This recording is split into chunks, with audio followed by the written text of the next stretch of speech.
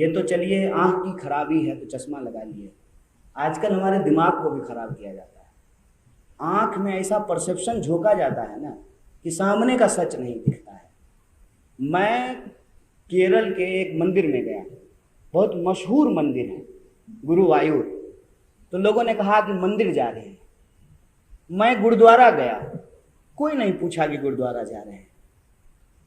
ये इस देश का पॉलिटिकल डिस्कोर्स का एक्सिस है जहां से आप ये सवाल पूछ रहे हैं।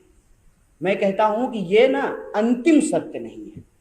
राहुल जी अपनी यात्रा में मंदिर गए हैं, मठ गए हैं, गुरुद्वारे गए हैं, चर्च गए हैं, मस्जिद गए हैं।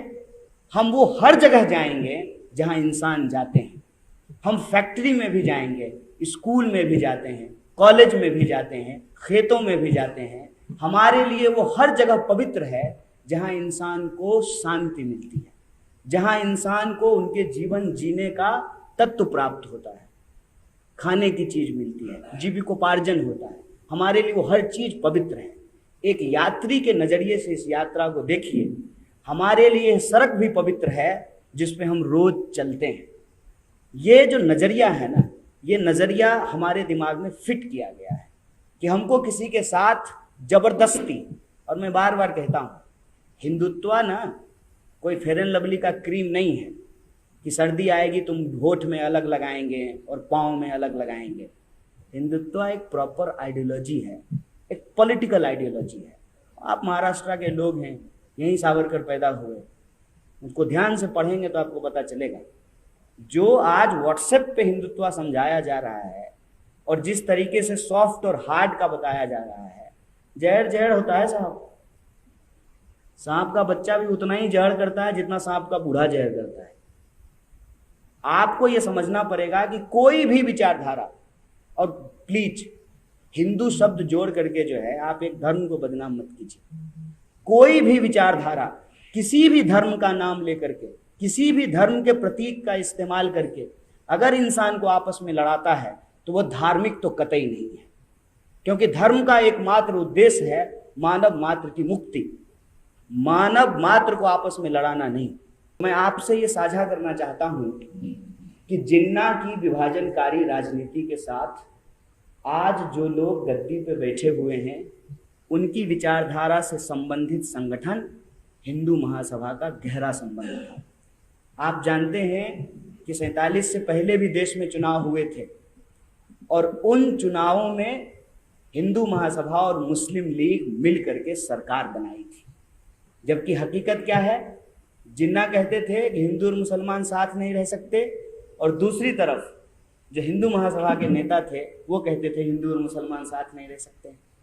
इसी बंटवारे ने, इसी नफरत की राजनीति ने देश को एक बार विभाजित कर चुका है। और आज जब हम 2022 में भारत जोड़ो यात्रा निकाल रहे हैं तो हमारी सबसे बड़ी चिंता यही है कि जो देश जमीन से जुड़ा हुआ है, जो देश ज्योग्राफिकली जुड़ा हुआ है, वह देश इमोशनली भी जुड़ा रहे। जमीन के साथ साथ हमारी भावनाएं भी जुड़ी रहे, हमारी उम्मीदें भी जुड़ी रहे, हमारी आशाएं भी जुड़ी रहे। इस देश के किसी भी नागरिक को, चाहे वो समाज के अंतिम पायदान पे खड़ा व्यक्ति हो, उसको कभी ये महसूस ना हो कि इस देश में उसके भविष्य की चिंता नहीं की जा रही है। हम ये महसूस कर रहे हैं कि लगातार राजनीतिक विमर्श से, सामाजिक विमर्श से, परिवार के व्हाट्सएप ग्रुप में, स्कूल के व्हाट्सएप ग्रुप में लोगों के बुनियादी सवाल गायब कर दिए गए हैं और जो गैर जरूरी चीजें हैं उस पर फोकस किया जा रहा है। इतिहास को गलत तरीके से प्रस्तुत करके हमारे वर्तमान का अपहरण किया जा रहा है और हमारे भविष्य को अंधेरे में डाला जा रहा है।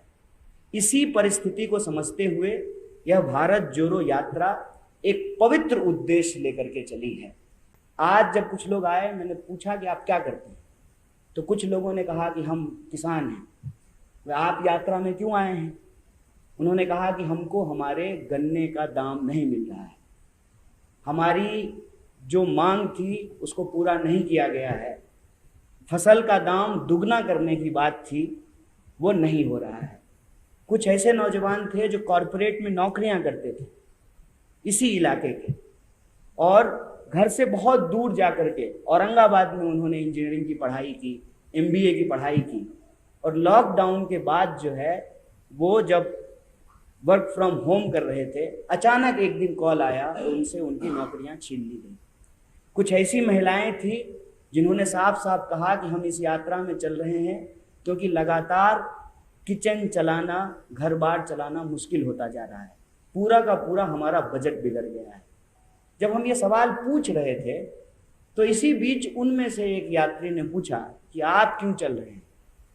हमने कहा कि हम इसलिए चल रहे हैं कि इस देश के लाखों करोड़ों लोग रोज अपना जीवन जीने के लिए चलते हैं। हम तप करके, और राहुल जी बार बार एक शब्द का इस्तेमाल कर रहे हैं, तपस्या का। तपस्या क्या होता है? जब कोई चीज तपता है, कहते हैं ना कि सोना तप कर ही खड़ा होता है, तो वो पक्का होता है, वो मजबूत होता है। और आप महाराष्ट्र के लोग हैं, आप जानते हैं कि आपके यहाँ एक से एक तपस्वी पैदा हुए। उन्होंने अपने जीवन में त्याग किया, तपस्या की, और आपके हाथ में एक बहुत बड़ा विरासत दिया है कि आप गर्व से कह सकते हैं कि आप महाराष्ट्र की धरती से आते हैं, आपका जन्म इस महान भूमि पे हुआ है। उस मायने, उस मतलब को हम समझने के लिए चल रहे हैं कि जो दर्द हम महसूस करते हैं, उस दर्द में और कितने ऐसे नौजवान हैं जो शामिल हैं, जो शरीक हैं। और हम ये महसूस कर रहे हैं कि नौजवान चाहे बिहार का हो या नौजवान महाराष्ट्र का हो, जो सरकार की योजनाएं हैं उसके चलते उनका भविष्य अंधकार में जा रहा है। यहाँ भी ऐसे नौजवान मिले जो एनसीसी में थे या किसी प्राइवेट आर्मी एकेडमी में ट्रेनिंग लिए हैं। उनको लगता है कि उनको अब आर्मी में नौकरी नहीं मिल सकती है क्योंकि सरकार नौकरियां खत्म कर रही है। और मेरी उस बात से वो सहमत होते हुए नजर आए कि आपके बच्चे की नौकरी की गारंटी नहीं है। और अमित शाह जी का बेटा बीसीसीआई का सेक्रेटरी बन गया है, और वो सेक्रेटरी बना रहे इसलिए कानून में भी परिवर्तन किए जा रहे हैं। और मजेदार बात यह है कि प्रधानमंत्री चुनावी रैलियों में खड़ा होकर के परिवारवाद पे भाषण देते हैं कि आप बताइए कि मुस्लिम लीग कह रही थी कि हिंदू मुसलमान साथ नहीं रह सकते, हिंदू महासभा कह रही थी कि हिंदू मुसलमान साथ में नहीं रह सकते हैं, दोनों मिलकर के सरकार कैसे बना लिए? इस आधार पे राजनीति करने वाले जो लोग हैं, दोनों का भाषण आप एक फ्रेम में सुनिए, आपको लगेगा कि ठीक बोले हैं प्रधानमंत्री जी, सिर्फ कपड़ों का ही फर्क है, जहर तो बराबर है। सिर्फ अटायर का ही डिफरेंस है ना, जहर तो बराबर है, जला तो इंसान को बराबर रहा है, बांट तो इंसान को बराबर रहा है। इसमें हमको नहीं फंसना है। देश में 45 साल में सबसे ज्यादा बेरोजगारी है, रोज हमारे पब्लिक सेक्टर को बेचा जा रहा है। आप एलआईसी का देखिए कि एलआईसी का कितना बड़ा शेयर अदानी के पास है, और वो दुनिया का जो है सबसे अमीर व्यक्ति बनने वाला है। आपका धन है, आपकी संपत्ति है। एलआईसी में किसका पैसा है? इस देश के आम लोगों का पैसा है। आपका पैसा लेकर के कोई अमीर बन रहा है और आपके बच्चों को नौकरी नहीं मिल रही है, उनका बच्चा बीसीसीआई का सेक्रेटरी बन रहा है और उनका नेता चुनाव में जाकर के परिवारवाद पे भाषण दे रहा है। इतना बड़ा ड्रामा चल रहा है आंख के सामने, अगर उसको हम नहीं देख पा रहे हैं मतलब परसेप्शन का चश्मा लगा हुआ है।